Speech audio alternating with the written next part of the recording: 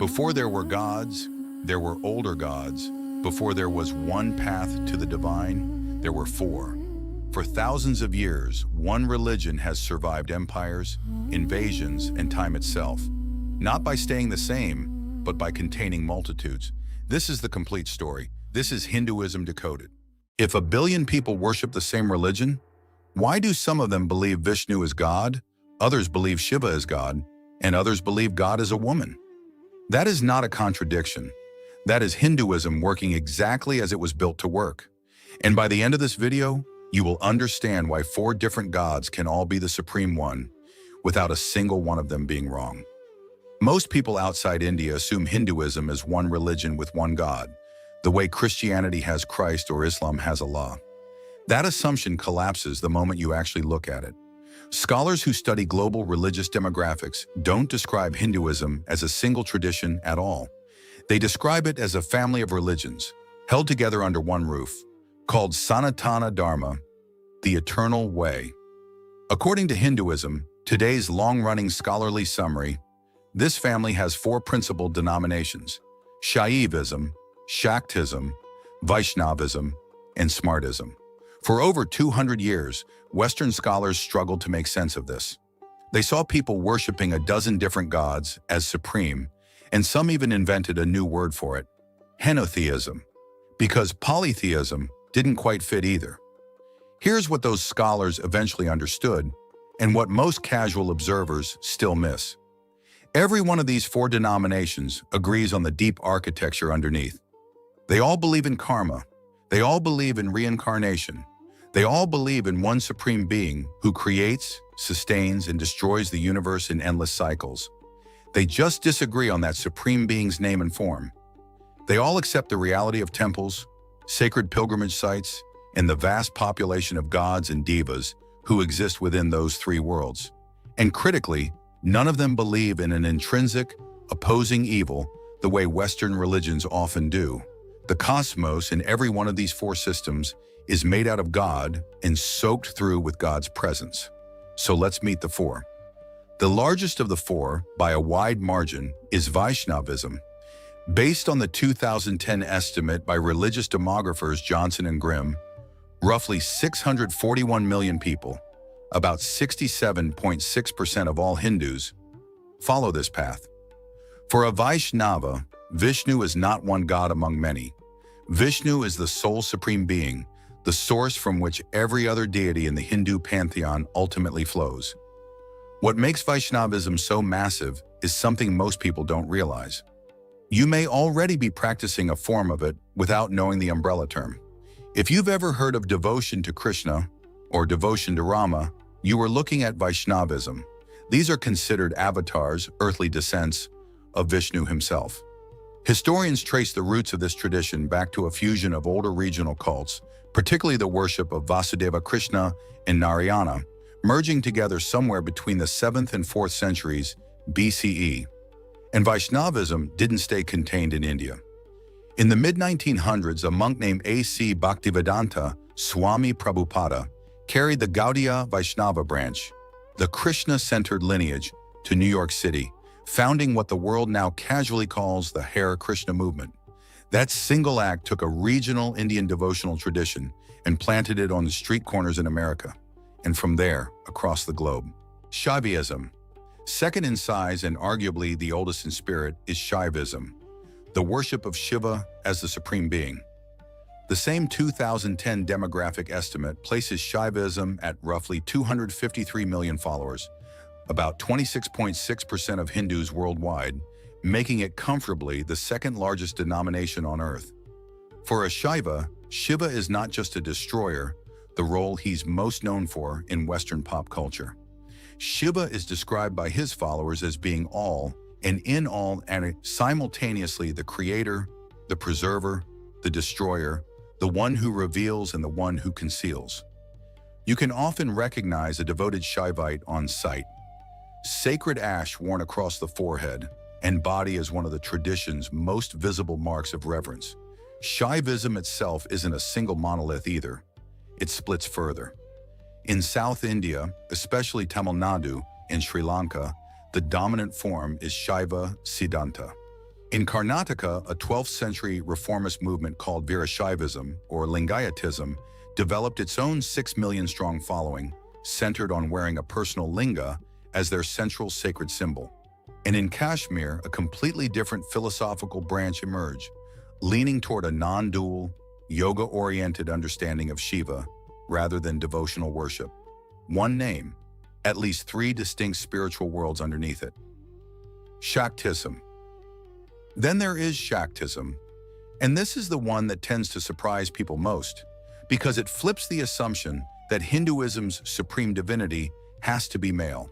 In Shaktism, the supreme is Shakti, meaning power or energy, worshipped as a mother goddess, Devi, in her many forms and names. Demographically, Shaktism is the smallest of the 4 major streams, estimated around 3.2% of Hindus. But smallness in numbers has never meant smallness in influence.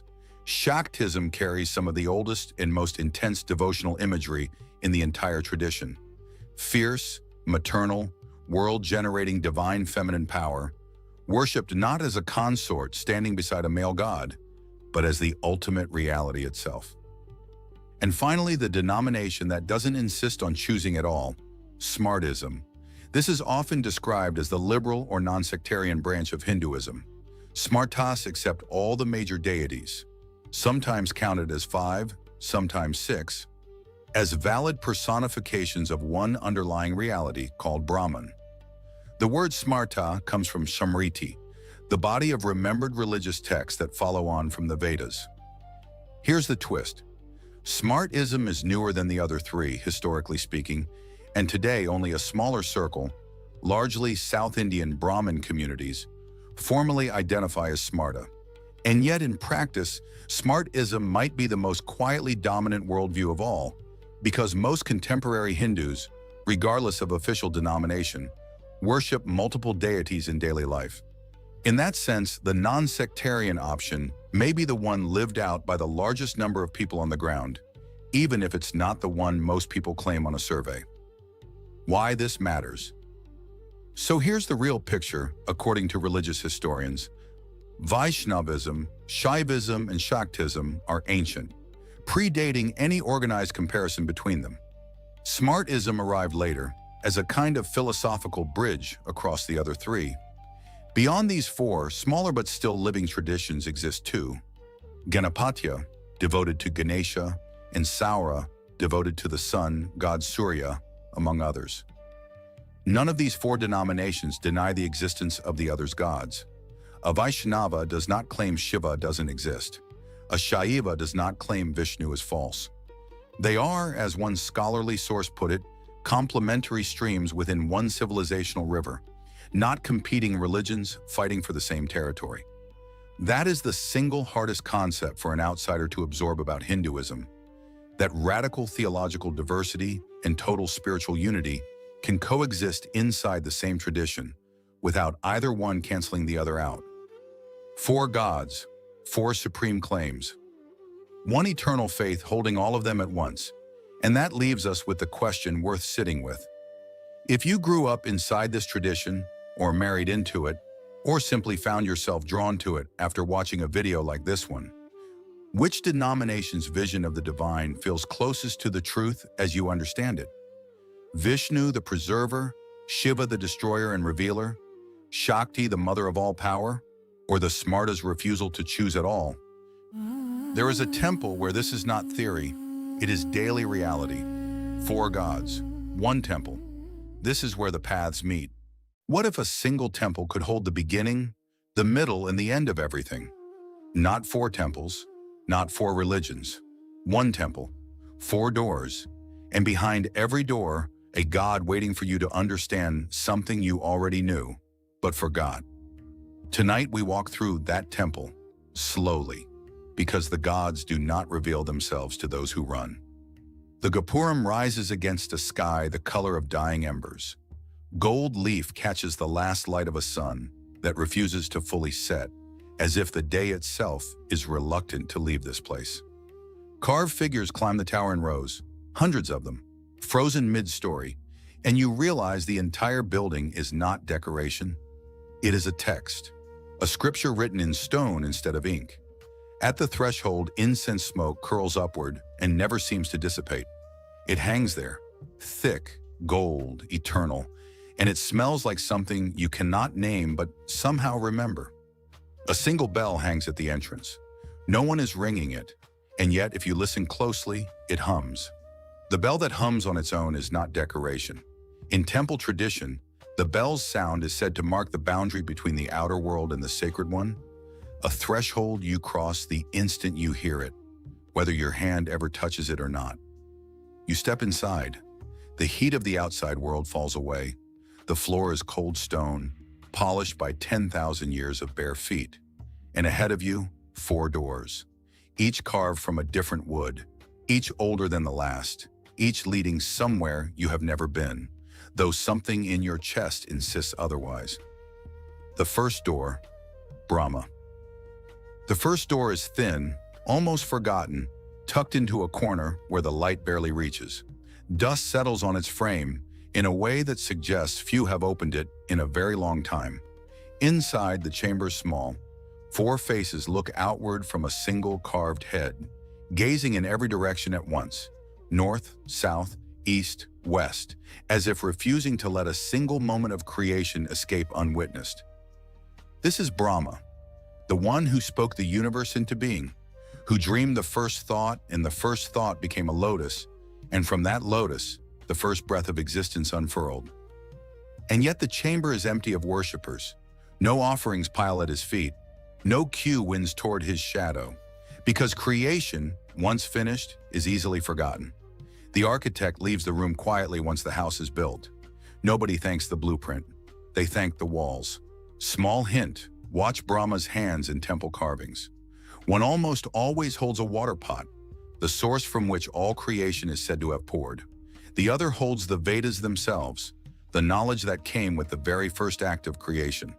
A cracked mirror rests near the base of the statue, and in it, your reflection fractures into 4 faces of its own, distorted, overlapping. For a moment, you understand something uncomfortable. Creation did not happen once, long ago, in some myth-soaked past. It is happening now. In you, every choice a small act of Brahma, a universe spoken into being, and then abandoned to whatever comes next. You leave the chamber quieter than you entered it. The second door, Vishnu. The second door is wide, its wood dark and gleaming, worn smooth by generations of hands. It opens onto a chamber filled with cool blue light, as though the room itself remembers the ocean. Vishnu reclines here, resting on the coiled body of a great serpent, floating on waters that have no beginning and no shore. His skin is the color of a monsoon sky just before the rain breaks. 4 arms, a conch, a discus, a mace, a lotus.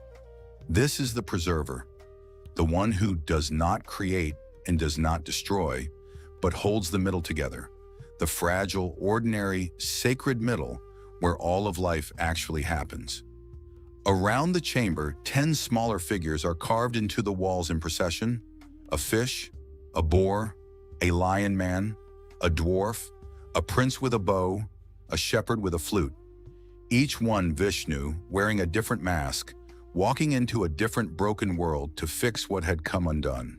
Small hint, notice the serpent beneath him has exactly 7 or 1,000 hoods, depending on the carving, and its name Shesha literally means the remainder, what is left over after everything else has been used up. Preservation is not glamorous, it is what remains. A single oil lamp burns at his feet, and its flame does not flicker despite the draft moving through the chamber. It simply holds steady, patient, unbothered, the way water holds its shape even as it moves. You realize you have been standing here longer than you meant to. Vishnu's chamber does that. It asks nothing of you. It only asks you to stay a little longer than is convenient, the way the middle of a life always does. The third door. Shiva. The third door is different, heavier, carved with skulls and crescent moons, and cold to the touch even in the heat of the day. Behind it, darkness, and somewhere in that darkness, a low sound that might be a drum or might be a heartbeat, or might be both. The chamber opens into shadow lit by a single shaft of moonlight, falling on a lingam, smooth black stone, ash smeared across its base in 3 horizontal lines. This is Shiva, the destroyer, though that word has always been too small for what he is. Ash covers his skin, the ash of everything that has ever burned, everything that has ever ended, worn not as a wound, but as a reminder. A cobra coils around his neck like jewelry. The crescent moon rests in his matted hair, waxing and waning eternally, because even destruction obeys the rhythm of return. In the corner of the chamber, barely visible, a small drum sits on a stone shelf, the Damaru. Some say its rhythm is the sound existence keeps time to. Not the beginning of the universe, not its end, just its pulse, the drumbeat underneath everything, whether you notice it or not. Small hint. Look for the third eye carved faintly on his forehead, closed. Legend says it opens only once, and when it does, what it burns away is never physical. It burns illusion, the things you believed about yourself that were never true. The moonlight shifts slightly, and for a moment the shadows on the wall look like a dancer mid-motion, 1 foot lifted, arms spread, a ring of fire circling the whole scene. Nataraja, the cosmic dance that destroys the old world only to clear space for the next one. You feel standing here that destruction was never the opposite of creation. It was always creation's other hand. The 4th door. Devi. The 4th door has no handle. It opens on its own, or perhaps it was never closed, only waiting for you to notice it. Inside, the chamber blazes with color, red silk, marigold garlands piled so high they spill onto the floor, and at the center, a figure with 10 arms, each one holding a different weapon, gifted, the old stories say, by the very gods you have already met. This is Devi, Shakti, the energy without which Brahma cannot create, Vishnu cannot preserve, and Shiva cannot destroy. The gods gave her their weapons because none of them alone could face what needed facing. Her foot rests on the neck of a buffalo demon, frozen at the exact instant of his defeat, and her eyes are calm, not angry, focused. There is a difference the sculptors clearly wanted you to see. Small hint. Count the weapons if the carving allows it. Different traditions give her different numbers, but each weapon traces back to a different god, a trident from Shiva, a discus from Vishnu, meaning her power was never separate from theirs. It was always the completion of it. In a smaller alcove beside her, gentler versions wait. Parvati, patient and devoted, Saraswati with her Veena, Lakshmi with her lotus and falling coins. Same essence, different faces. The way a river is still a river, whether it is flooding a plain or feeding a single quiet garden. You stand in the brightest chamber of the temple and understand finally what the other 3 doors were building toward. You walk back to where the 4 doors meet, a small open courtyard beneath the sky, where the incense from the entrance still drifts, thinner now but present. And you understand it was never 4 separate gods behind 4 separate doors. Brahma dreams the world. Vishnu holds it steady while it lives. Shiva clears it away when it is time.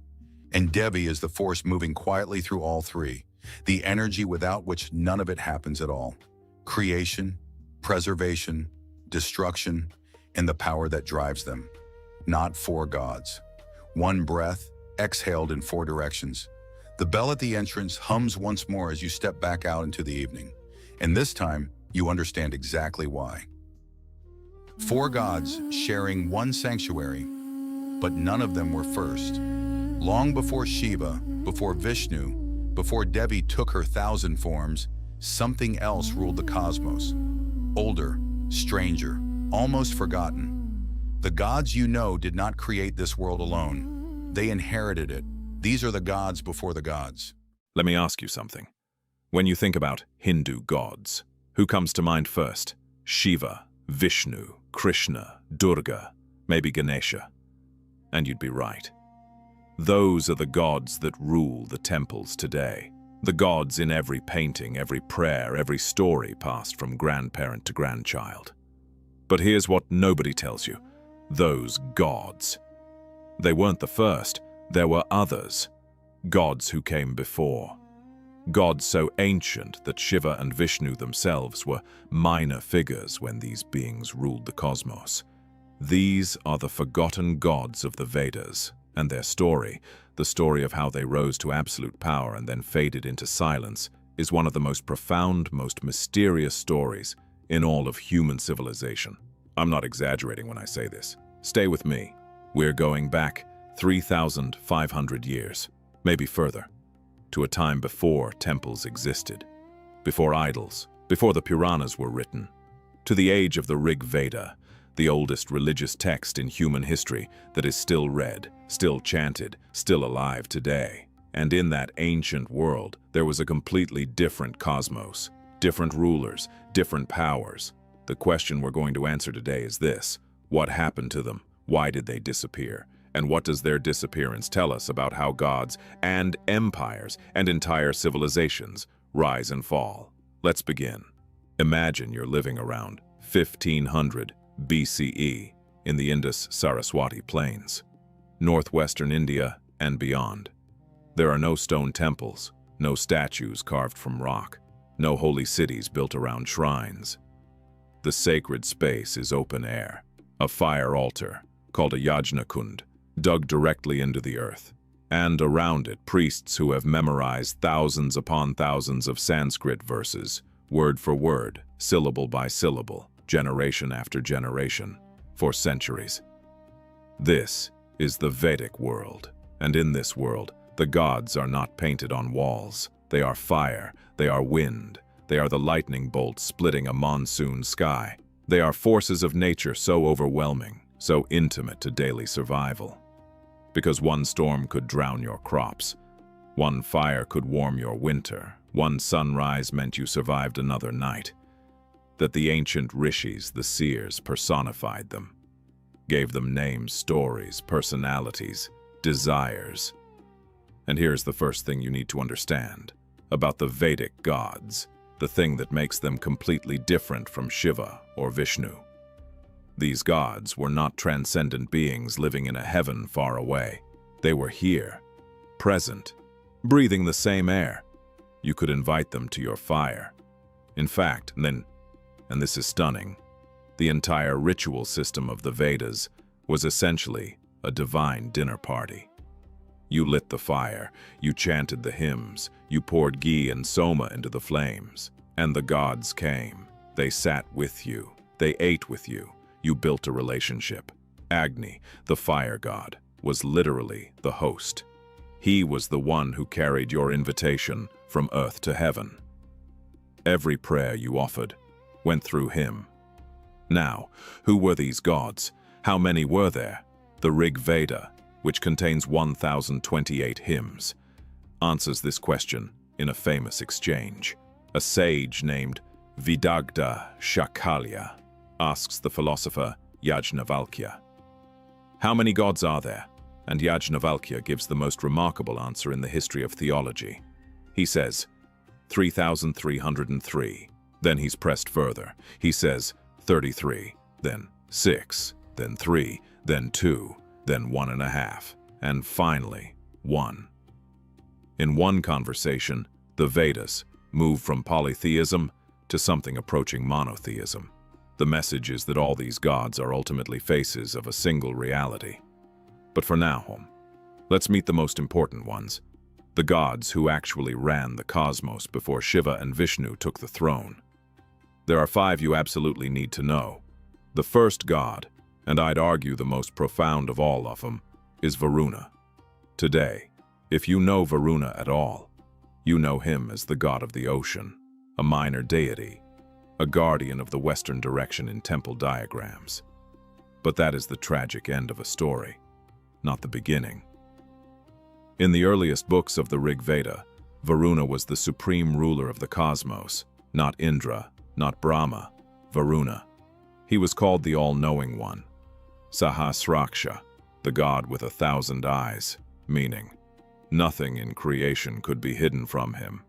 Every lie told in darkness, every vow broken in secret, every sin committed when no one was watching. Varuna saw it all. He was the guardian of something called Arta, the cosmic order. the principle that keeps the universe functioning, the law that makes the sun rise every morning, the seasons follow each other.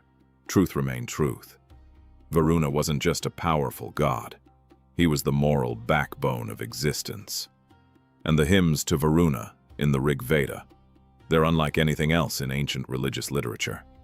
They're not requests for victory in battle or rain for crops. They're confessions, prayers of guilt and longing, a human soul speaking directly to a god who already knows everything about them. Listen to this. Whatever law of thine, O Varuna, as we are men, day after day we violate. Give us not as prey to death, to be destroyed by thee in wrath. Release me from the upper bond, untie the bond between that I may live. Read that again. This isn't asking for rain or gold or victory. This is a human being asking for forgiveness from a God who knows, who sees, who judges.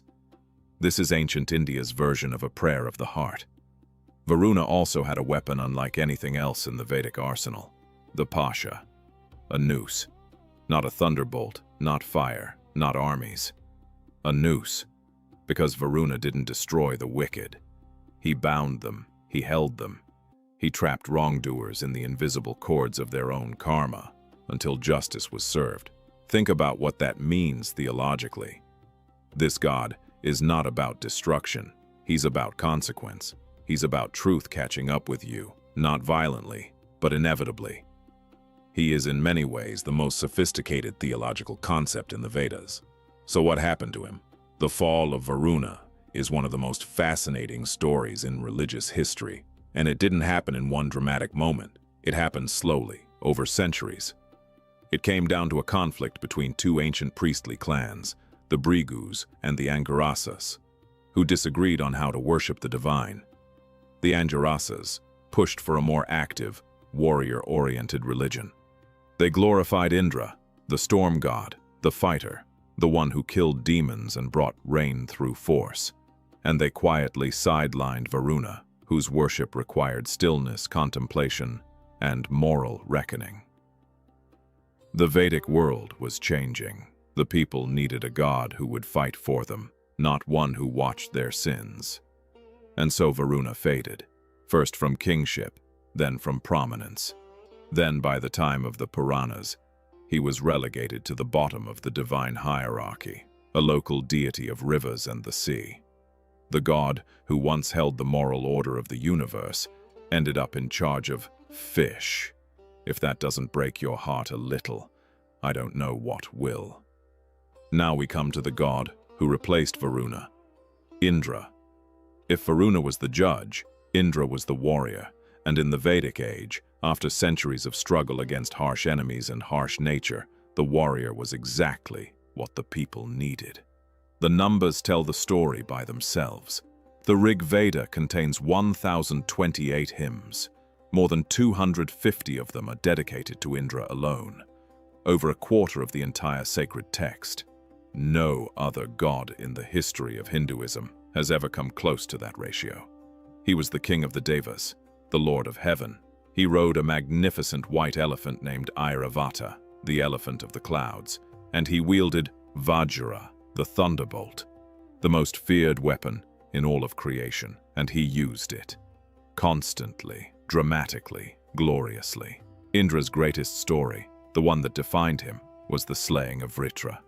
Vritra was a cosmic serpent demon, an asura of enormous power who had swallowed all the world's waters. Rivers stopped flowing, crops died, the cosmos began to collapse. The gods were terrified. Even Brahma fled. Only Indra stood. He drank Soma, the sacred drink that made him vast beyond measure. And he charged Vritra alone. The battle shook the foundations of the universe. Indra's thunderbolt struck once, twice, and Vritra fell. The waters poured free. Life returned to the world. That story is not just mythology. It's a memory. A cosmic memory of monsoon rains arriving after deadly drought, of survival, of a warrior god who made the world possible. You understand why people loved Indra, but here's the tragic irony of Indra's story. The very qualities that made him great, his strength, his boldness, his appetites, were also his downfall. By the time of the Puranas, the same Indra who once defeated cosmic demons is shown as insecure, jealous, drunk on soma, and terrified that anyone might take his throne. He sends seductresses to interrupt meditating sages, terrified their spiritual power will rival his own. He commits adultery with Ahalya, the wife of sage Gautama, and is cursed for it, his body covered in 1,000 wounds.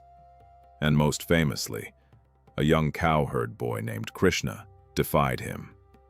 Indra sent storms to destroy a village, petty revenge for being ignored. Krishna simply lifted a mountain to protect everyone, and Indra backed down. The most powerful god of the Vedas, defeated not by a greater warrior, but by love, by devotion, by a child with a flute. Scholars have different theories for why this happened. Some say it reflects changing social values, from a warrior society to an agricultural one. Some say it reflects the theological shift toward devotion, toward bhakti. But I think the story is telling us something deeper.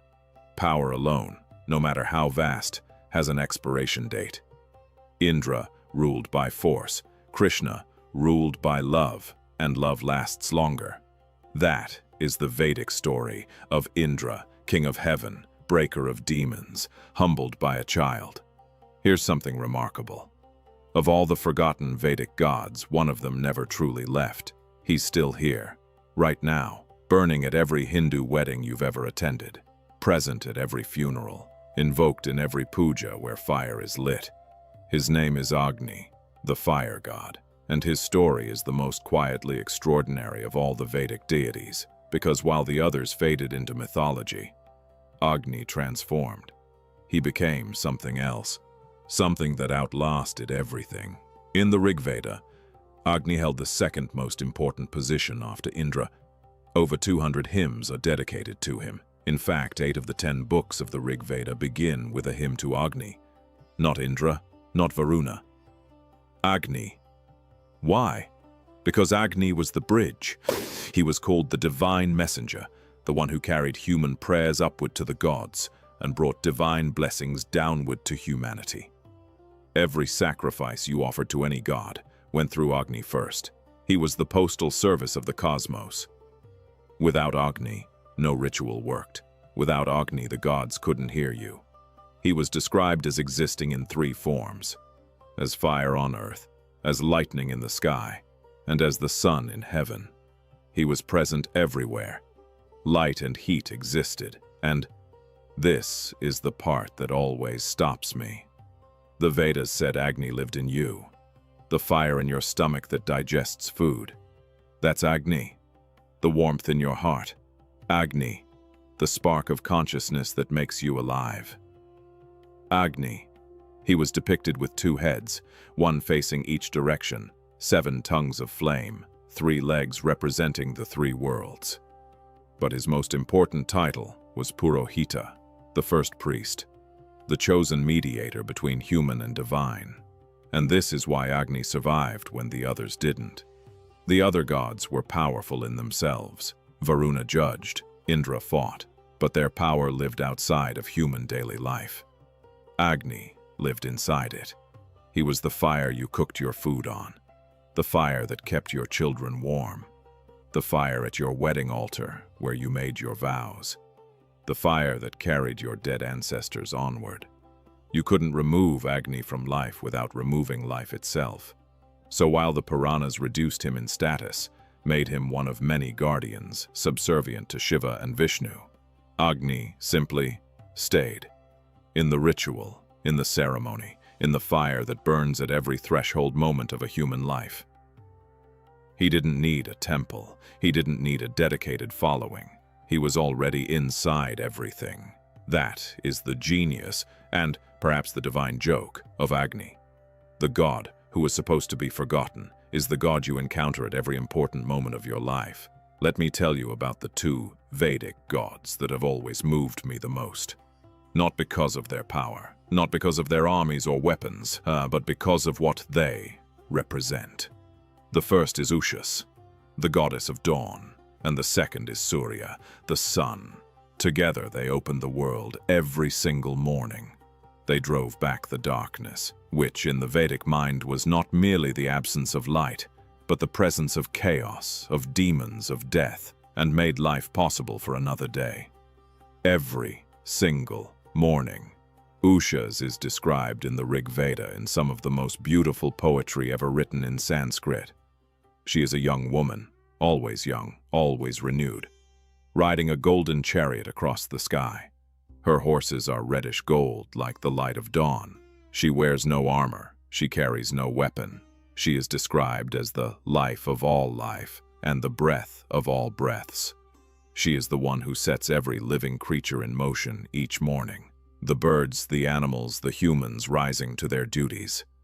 Without Ushas arriving first, nothing would begin. The scholars who study the Vedas call her hymns some of the most elevated poetry in the entire Rig Veda. There's a tenderness to them, a gratitude, like someone writing a love letter to the morning light. Then comes Surya, the sun god. In the Vedic world, Surya was not just the physical star in the sky. He was the eye of Varuna, the all-seeing witness of the cosmic order. He measured the days. He extended the length of human life. He healed the sick. He was called the soul of the moving world. The Rig Veda says, Surya illuminates the whole world, for men and gods alike. Now here's something extraordinary that most people don't know. A young Vishnu, yes, the same Vishnu who later becomes one of the supreme gods of Hinduism, appears in the Rig Veda as a solar deity associated with Surya. He takes 3 cosmic steps across the universe to measure it. That's all he does in the early Vedas. 3 steps. He is a minor character, a footnote to Surya's story.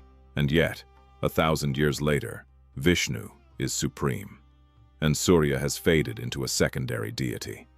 The gods themselves don't know the future of the gods, so we've met them. Varuna the judge, Indra the warrior, Agni the messenger, Ushas the dawn, Surya the sun. The question that's been hanging over this entire story is, why did they fade? And I want to give you a real answer. Not a simple one. The first reason is historical. Between roughly 1000 BCE and 500 BCE, Indian civilization transformed. Cities grew larger, trade routes expanded, social complexity increased, and with that complexity came a need for gods who could govern interior life, not just the weather. The Vedic gods were brilliant representations of natural forces. But natural forces don't give you guidance on Dharma, on how to live, how to love, how to rule, how to die with dignity. The Upanishads began asking deeper questions. What is the self? What is consciousness? What is the nature of reality behind the appearances? And the Vedic gods, great and powerful as they were, weren't quite built for those questions. Shiva could answer them. Vishnu could answer them. The great goddesses could answer them. And so the theological center of gravity shifted. The second reason is something more human and more uncomfortable. Every civilization tells stories that serve its needs in the present moment. When the Vedic people needed rain and military victory, they worshipped Indra. When they needed moral order, they called to Varuna. When they needed inner transformation and devotion, they turned to Krishna and Shiva. The gods didn't change. The needs did. And here is perhaps the deepest insight the Vedic tradition itself offers us. Yajnavalkya told us, all of these gods, 33 or 3,303 or 3.3 million, they are all ultimately one, different faces of the same infinite reality. The Vedic gods didn't disappear. They evolved, they merged, they were absorbed. Varuna's cosmic order became Vishnu's Dharma. Indra's thunder became Shiva's power. Surya's light became the divine grace that flows through all deities. The flame changed candles. But the fire never went out. We started this journey with a single flame, and here we are at the end, still staring at that same flame. I want to leave you with one thought. The forgotten gods of the Vedas weren't failures. They weren't defeated. They weren't replaced because they were wrong. They were the first words of a conversation that humanity is still having. Varuna asked, "Can you live with the truth about yourself?"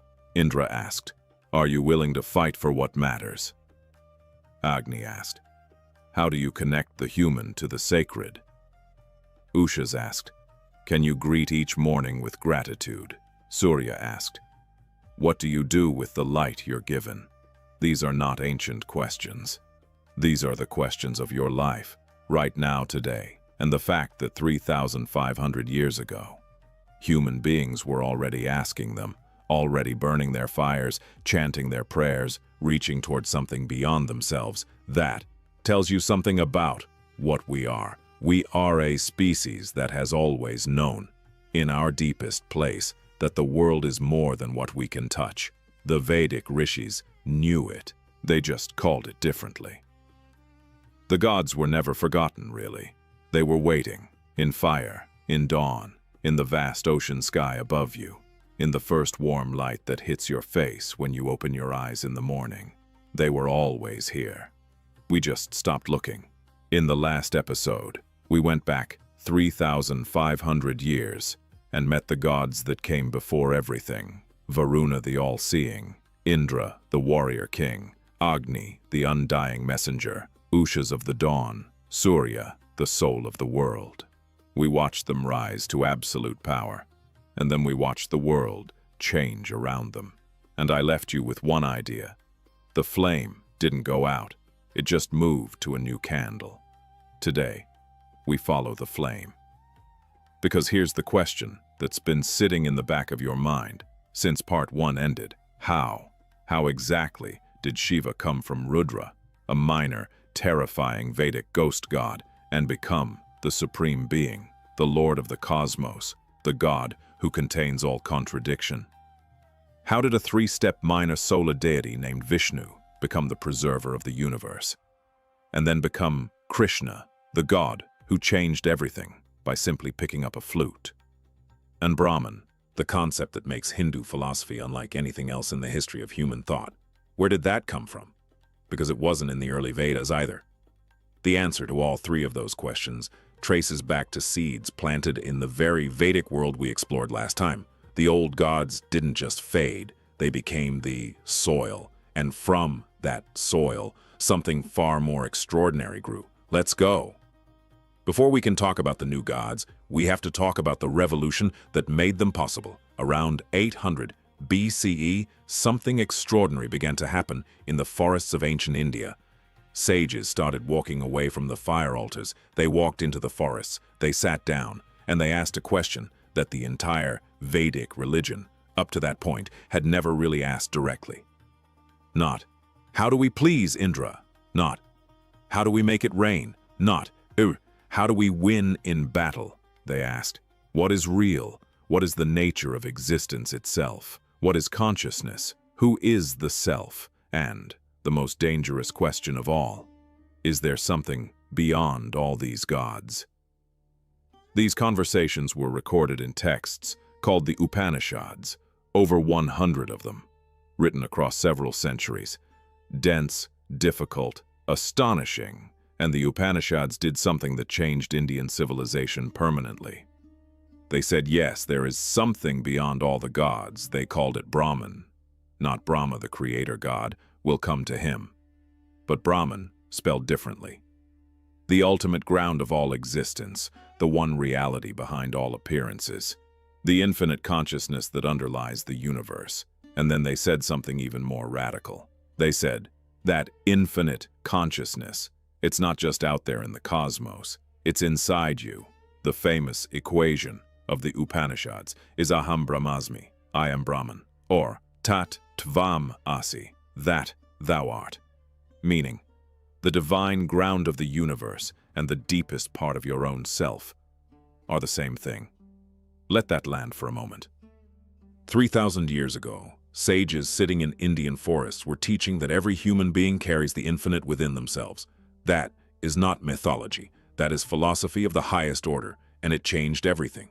Because once you have that concept, once you have Brahman as the ultimate ground of reality, you have a completely new framework for understanding the gods. The gods are no longer just powerful beings who control the rain and the thunder. They become faces of the infinite, windows into Brahman. Ways for the human mind, which can't directly comprehend the infinite, to approach it through form, through story, through devotion. Shiva is not just a destroyer. He is Brahman wearing the face of transformation. Vishnu is not just a preserver. He is Brahman wearing the face of compassion and sustenance. Krishna is not just a cowherd turned charioteer. He is Brahman speaking directly to you, through love. The Upanishads built the philosophical foundation that made all of this possible. Without them, there is no Bhagavad Gita, no Bhakti movement, no Shaivism, no Vaishnavism. The Vedas gave India its gods. The Upanishads gave India its theology. And from that theology, three figures emerged who would define Hinduism forever. Let me introduce you to a god you might not know. His name is Rudra, and in the early Vedas he is not beloved. He is not the destroyer who creates the cosmic yogi, the husband of Parvati, the father of Ganesha. In the early Vedas, Rudra is feared. He appears in the margins of the Rig Veda, rarely, uncomfortably. The gods don't invite him to their sacrifices. They give him the leftover offerings, the polluted remainder. Not because they honor him, but because they are terrified of what he might do if they don't. He is the howler, the god of the storm and the hunt and disease. He shoots invisible arrows that cause sickness. He roams the cremation grounds and the wilderness. He is outside the ordered Vedic world, and yet, and this is the key, he is also a healer. The Vedic hymns beg him not to strike. They call him gentle, with a desperation that sounds exactly like people who know he is anything but gentle. The Rig Veda calls him fierce and yet kind, destructive and yet the lord of medicines, the most dangerous and the most necessary. This is the Vedic seed of Shiva, a being of absolute contradiction. And over the next 1,000 years, that contradiction became the most sophisticated theological portrait of any deity in human history. Here's how it happened. As the Vedic world expanded eastward, into territories that already had their own spiritual traditions, something remarkable occurred. The Vedic Rudra began to merge with a different, even older god.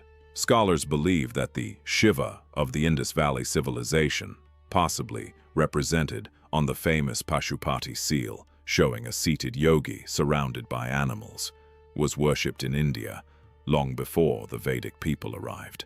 Some put this as far back as 3000 BCE. This proto-Shiva was the lord of animals, the great ascetic, the meditating master of yoga. When Vedic Rudra and this ancient yogi god merged, something unprecedented was born. A deity who embodied both the wild external power of the storm and the wild internal power of consciousness. Both destroyer and source of liberation. Both the god of death and the one who grants immortality. Then the Upanishads did their work. In the Shvetashvatara Upanishad, written in the last centuries before the Common Era, something historic happened. For the first time in any text, Rudra is called Shiva, and not just named, elevated. In this Upanishad, a sage had a direct vision of Rudra Shiva as the absolute, as Brahman itself, as the ultimate ground of all existence that the early Upanishads had described in abstract terms, now revealed as a person, as a god you could love and know. The text declares, Rudra is truly one, for the knowers of Brahman do not admit the existence of a second. He alone rules all the worlds by his powers. He dwells as the inner self of every living being. Read that again. The terrifying marginal ghost god of the early Vedas has become the Atman, the self, inside every person. That is one of the most extraordinary theological transformations in the history of religion. And then the Puranas, composed between the 4th and 12th centuries CE, completed the portrait. They gave Shiva his family, his stories, his iconography, the crescent moon in his matted hair, representing the cycles of time, the river Ganga flowing from his locks, representing the descent of cosmic consciousness into the material world. The third eye, representing the fire of awareness that burns away illusion. Ash on his body, representing the transcendence of death itself. Every element of Shiva's iconography is a philosophical statement. He meditates in cremation grounds because death holds no power over him. He dances the Tandava not out of rage, but because creation and destruction are the same movement. He is the destroyer, yes, but destruction in Shiva's theology is not an ending. It is the necessary clearing that makes renewal possible. The Vedas gave India a wild, fearsome storm god who lived at the edge of the ordered world. The Upanishads revealed him as the self inside all things. The Puranas made him human enough to love. That is the full arc of Shiva, from Rudra, the howler, to Mahadeva, the great god. It took 2,000 years, but every step was built on the one before. In part 1, I told you something that probably surprised you. Vishnu, the second god of the Hindu Trinity, one of the supreme deities of a civilization of over 1 billion people, appeared in the Rig Veda as a minor character. He takes 3 cosmic strides across the universe. That's his big moment. 3 steps. He is associated with Surya, the sun god. He is considered benevolent, friendly, supportive. He represents the energy that sustains rather than destroys. But he is not a major player. Indra has 250 hymns. Agni has over 200. Vishnu, a handful. And yet today, Vishnu is worshipped by hundreds of millions of people through his avatars. Rama, the ideal king. Narasimha, the lion man. Vamana, the dwarf. And most of all, most powerfully of all, Krishna. So what happened? How do you go from 3 steps to the Bhagavad Gita? The first shift happened in the Brahmanas, the ritual texts that followed the Rig Veda. Here, Vishnu begins to absorb attributes of other Vedic gods. His 3 strides, originally a solar metaphor for the sun's journey across the sky, begin to take on cosmic significance. He becomes the deity who measured and sustained the universe itself. Then, the Upanishads extended him further. As the concept of Brahman developed, Vishnu began to be identified as one of its closest expressions, the preserving, sustaining face of the Absolute. The god whose nature is compassion, whose essential quality is to maintain Dharma, to hold the world together. And then, something happened that had nothing to do with the Vedic tradition at all. A completely separate worship tradition emerged, centered in the Mathura region of northern India, around a historical figure or divine being named Vasudeva Krishna. Historians debate the exact origins of Krishna worship.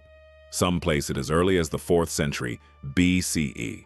What's clear is that this was a different stream of devotion, emotional, intimate, centered not on fire sacrifices and cosmic order, but on personal love between the devotee and the divine. Krishna worship was the religion of the heart.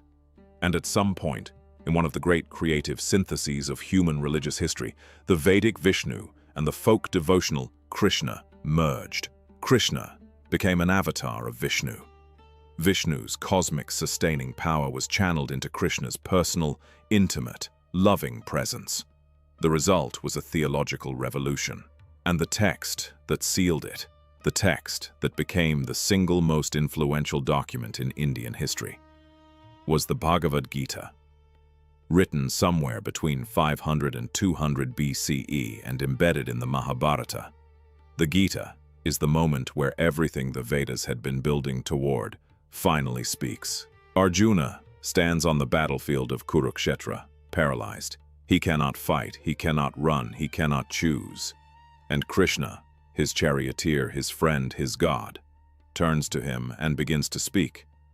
What follows is 18 chapters that synthesize the entire Upanishadic tradition into practical wisdom. Krishna tells Arjuna about karma, action without attachment to results, which comes from the Vedic concept of yajna, sacrifice. You act, you offer the action, you release the outcome. Krishna tells him about jnana, the knowledge of the self that the Upanishads unlocked. You are not the body. You are not the mind. You are the eternal Atman that cannot be destroyed. And then Krishna reveals the path that would come to define Hinduism more than anything else. Bhakti, devotion.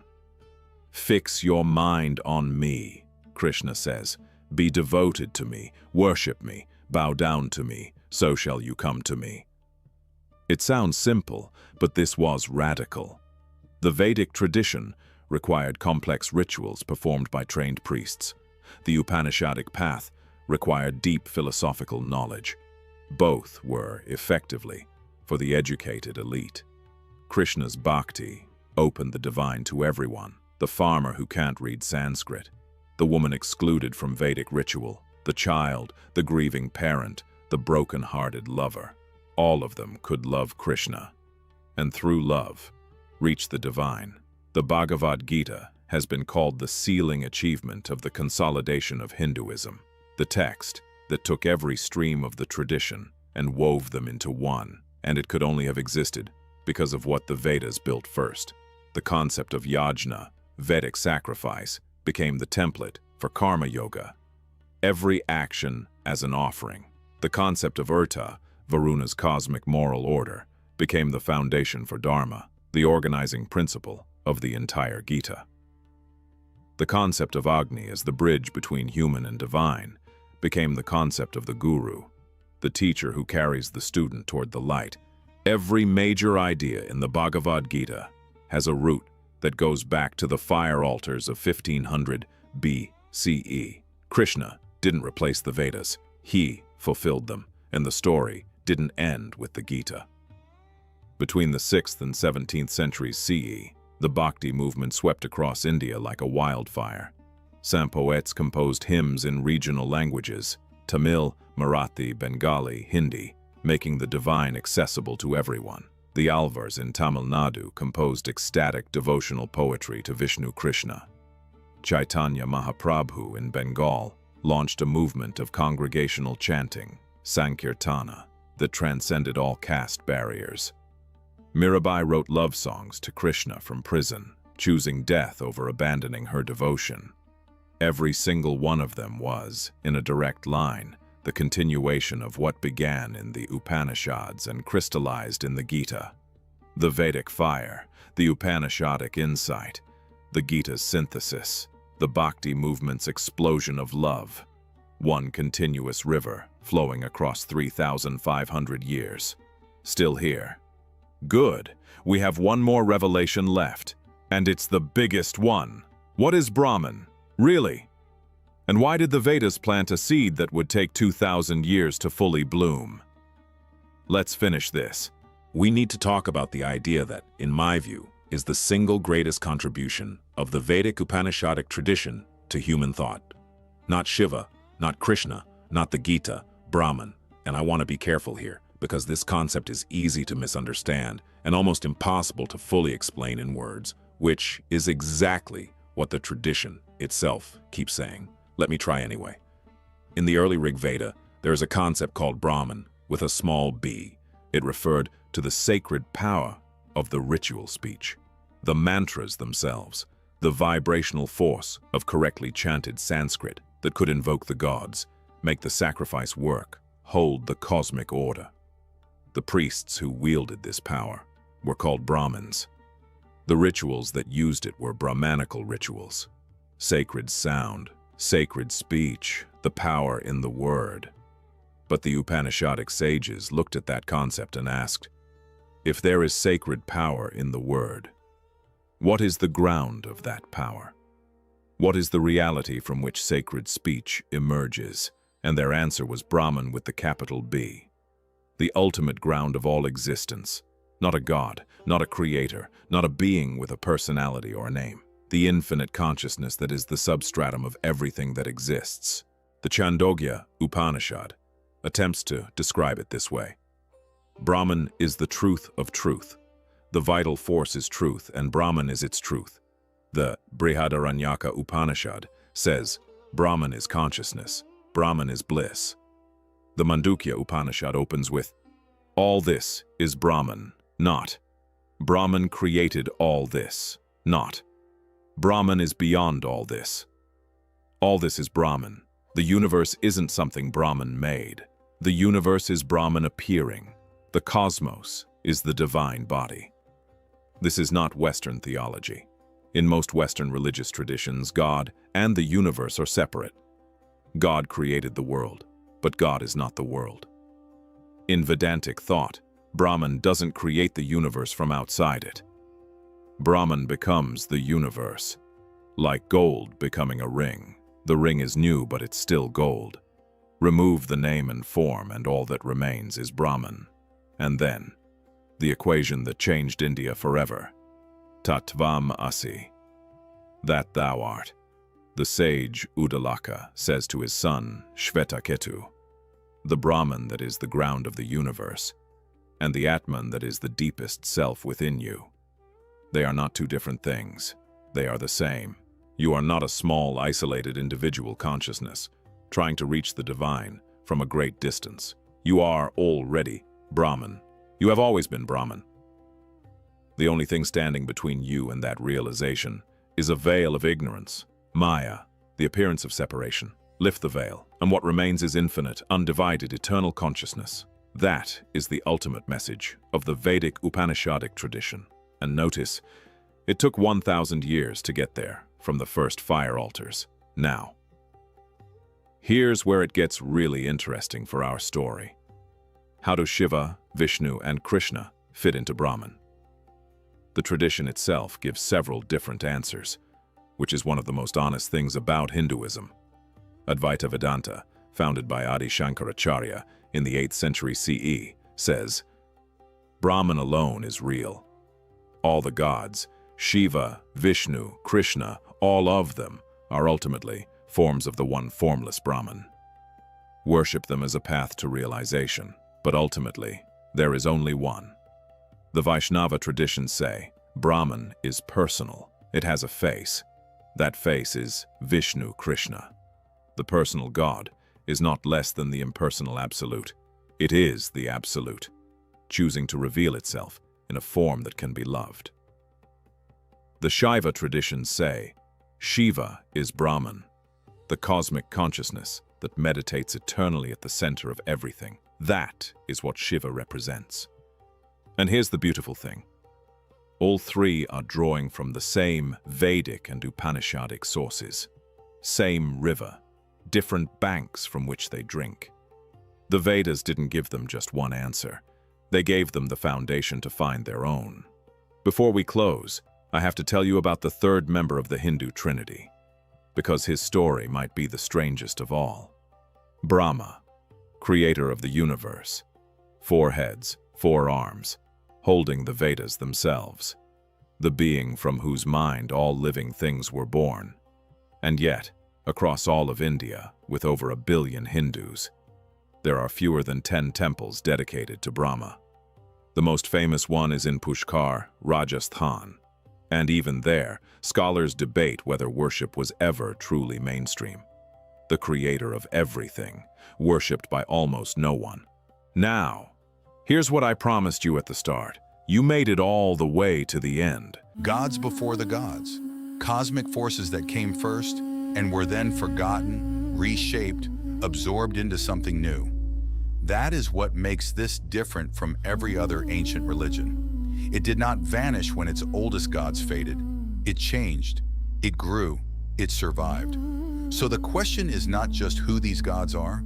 The question is why Hinduism, alone among the ancient world, is still alive today. Every civilization on Earth has collapsed. Egypt, gone. Rome, gone. Greece, gone. Mesopotamia, gone. But one survived. Not just survived. It's still alive, still worshipped, still practiced by over 1 billion people today. What do they know that everyone else forgot? Everyone told you religion is dying. Look around. Secularism is rising. Churches are empty. Ancient faiths are museum exhibits. Scientists say God is dead. Philosophers say meaning is constructed. The modern world has moved on. And yet, over 1 billion people wake up every morning, light a lamp, fold their hands, and whisper prayers that are 5,000 years old. Are they wrong? Are they simply behind? Or did they find something the rest of the world is desperately searching for right now? What Hinduism actually is. Most people think Hinduism is a religion, a set of rules, a list of gods, rituals you follow because your grandfather did. They are wrong. Hinduism is not a religion. It is a civilization's operating system, built over 10,000 years of experiment, failure, war, philosophy, and revelation. It doesn't tell you what to believe. It gives you a map and says, explore. You can believe in one God, 1,000 gods, no God, and still be Hindu. Name one other tradition on earth that says that. What they solved that we're still trying to figure out. Modern psychology discovered the ego in the 20th century. Hinduism described it, called it ahamkara, 3,000 years ago. Quantum physics is baffled by the nature of consciousness. The Upanishads answered it. Consciousness is not produced by the brain. Consciousness is the universe experiencing itself. Modern therapy tells you to accept impermanence. The Bhagavad Gita gave Arjuna the same teaching on a battlefield 5,000 years ago, and called it liberation. While the West was still figuring out that the Earth was round, ancient India had already calculated the speed of light, the age of the universe, and the cyclical nature of time. They weren't primitive, they were early. Why people from every corner of the world are converting quietly. Something strange is happening right now. In Silicon Valley, in Berlin, in Sao Paulo, in Tokyo. Doctors, physicists, psychologists, artists, people with no Indian blood, no Indian family, are quietly turning toward Hinduism.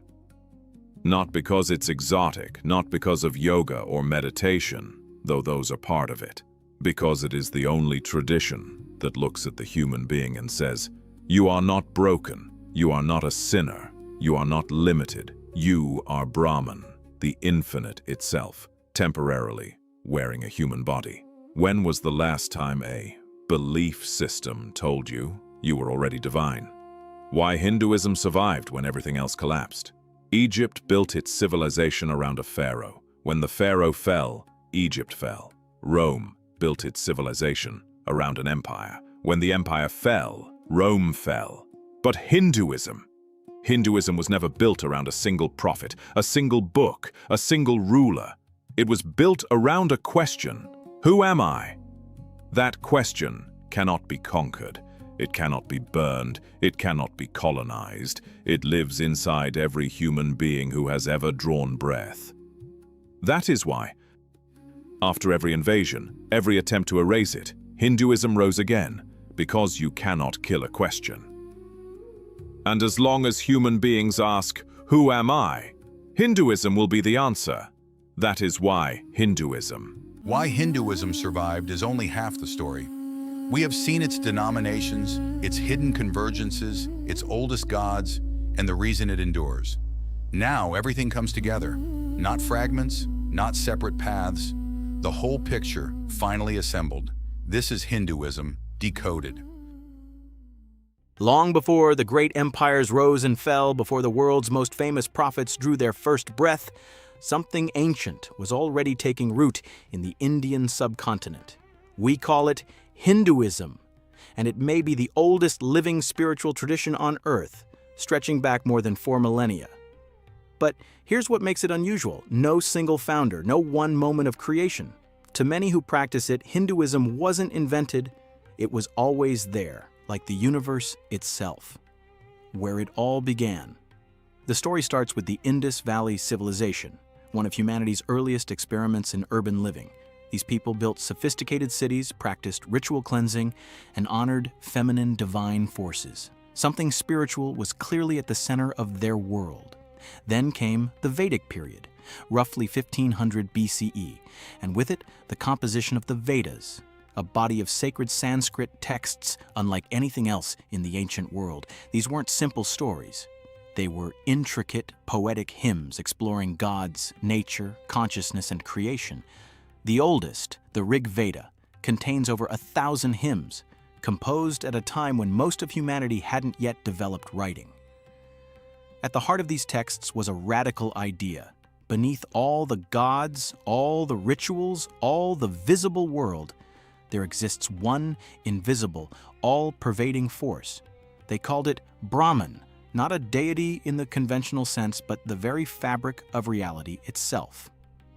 Hinduism is famously home to millions of gods, but this isn't the chaos it might seem. Most Hindus understand these deities as different expressions of that single cosmic truth, Brahman, wearing many faces. Vishnu, the preserver, Shiva, the destroyer and renewer, Lakshmi, goddess of abundance. Each one a lens through which humans can approach the infinite. Hinduism also introduced a framework for human life built around 4 goals: Dharma, living rightly and fulfilling your duties; Artha, building prosperity and security; Kama, experiencing joy and beauty; and Moksha, ultimately liberating the soul from the endless cycle of rebirth. It's a surprisingly holistic vision, honoring both worldly life and spiritual freedom. Few ideas from Hinduism have traveled further than karma. The principle is elegant. Every action you take sends ripples forward, not just through this life, but into the next. Because in Hindu belief, death isn't an ending. The soul moves on, reborn into a new existence shaped by how the last one was lived. Live with compassion and integrity, and your next chapter improves. Spend your days in cruelty or selfish indulgence, and the universe will have lessons waiting. No divine judge, no courtroom, just the weight of your own choices carried forward. It's a philosophy that places extraordinary responsibility and power in the individual. Perhaps the best way into Hinduism's heart is through its 2 legendary epics. The Ramayana follows Prince Rama on a sweeping quest to rescue his wife Sita from a demon king, a tale woven through with loyalty, courage, and divine intervention, complete with flying chariots and an army of monkeys. The Mahabharata goes even deeper. At its center is a devastating civil war between rival branches of a royal family. On the eve of battle, the warrior Arjuna is paralyzed by moral doubt. His charioteer, revealed to be Lord Krishna himself, then delivers one of the most profound spiritual discourses ever recorded. That dialogue became the Bhagavad Gita, a text that continues to shape millions of lives today, exploring duty, the nature of the soul, and what it truly means to act with integrity.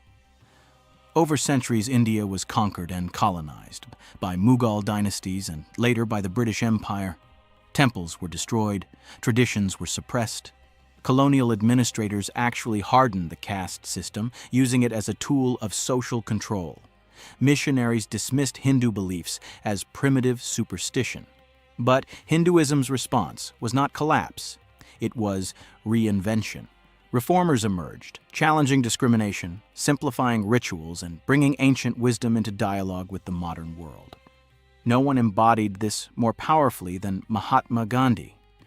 Drawing directly from Hindu principles, particularly ahimsa, the ethic of nonviolence, Gandhi built a mass movement that ultimately drove the British from India. The country gained independence in 1947, though not without the painful rupture of partition, which divided the subcontinent along religious lines. India's new constitution outlawed caste discrimination. The struggle for equality continues, but so does the momentum. Today, Hinduism is the 3rd largest religion on the planet, with over 1 billion followers spanning every continent. Its influence on global culture runs deeper than most people realize. Yoga, meditation, mindfulness, the concept of karma, the ethics of vegetarianism, all of these have Hindu roots, and all have become mainstream in the modern West. So what ultimately is Hinduism? It resists simple definition. It's not one god, one book, or one doctrine. It's a vast, living tradition, a way of perceiving a world where everything is interconnected, where every choice echoes across lifetimes, and where the soul's journey has no final destination, only deeper understanding. More than most traditions, Hinduism has always been comfortable with questions, perhaps because it has always suspected that the deepest truths aren't learned from the outside. They're uncovered from within. And maybe that's the most powerful gift Hinduism offers the modern world. Not a rigid set of rules, but an open invitation to question, to seek, to grow. India is not just a country on a map. It is a civilization that has been asking the biggest questions humans can ask about life, death, duty, and the divine. From denomination to devotion, from the gods before the gods, to the temple where four gods still stand as one. This is not a religion frozen in time. It is a living tradition, ancient, evolving, and still asking the same question it always has. What does it mean to know the divine? If this journey moved you, subscribe. There is more to decode.